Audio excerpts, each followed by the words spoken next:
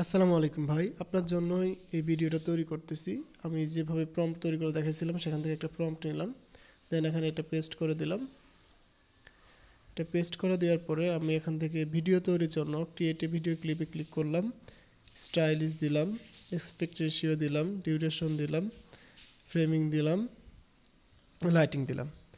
আমি কিন্তু কালকে ভিডিও তৈরি করি নাই, আপনার যে প্রবলেমটা সেটার জন্য আমি খুবই দুঃখিত। আসলে দেখি আমার এরকম প্রবলেম হয় কি না, বা আপনার যে সমস্যাটা হয়েছে সেটা আসলে কিসের জন্য হচ্ছে সেটা আসলে ধরতে পারি কিনা। আমি যে স্টাইলে প্রম্পট দিছি আপনিও বললেন যে সেই স্টাইলে প্রম্পট দিয়েছেন, তাহলে তো সমস্যা হওয়ার কথা না। দেখি ভিডিও জেনারেশনে ক্লিক করি কি আসে।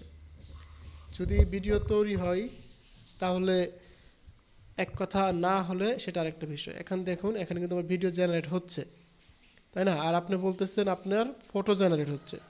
এটা আসলে কেন হচ্ছে সেটা বোঝা বড় মুশকিল। আমি তো একই স্টাইলে আপনাকে দেখালাম, একই স্টাইলে আপনিও বললেন যে এরকমভাবে নাকি আপনিও প্রম্পট তৈরি করছেন, এভাবে ভিডিওর জন্য প্রম্পট দিচ্ছেন, তাহলে তো এরকম সমস্যা হওয়ার কথা না। আচ্ছা, দেখা যাক ভিডিওটা আসুক, ভিডিওটা আউটপুট হয় নাকি ইমেজ আউটপুট হয় সেটা দেখি আমি আপনাকে জানাবো। আর এর থেকে বেশি কিছু আমার করার নেই ভাই, আর এর থেকে বেশি কিছু আমি জানারও নেই, যে আসলে আমি এর থেকে বেশি কিছু জানি না যে এটা কেন এমন হচ্ছে। আপনি যদি সঠিক ওয়েতে সঠিকভাবে ভিডিও জেনারেশনের জন্য ভিডিও ক্লিক করেন তাহলে অবশ্যই এই সমস্যাটার সমাধান হয়ে যাবে। দেখুন ভাই, এখানে কিন্তু আমার ভিডিও জেনারেশন হয়ে গেছে। আপনি যদি ভিডিওটা প্লে করে দেখাই তাহলে আপনারা ভিডিওর সাউন্ড শো শুনতে পাবেন। আমি সাউন্ডটাও রেকর্ড করে রাখতেছি। দেওয়ানগঞ্জের মানুষ চেষ্টা করি ভাই, হারার আগে হই না। হ্যাঁ মামা, সবাই মিলে বাটটা শক্ত করি।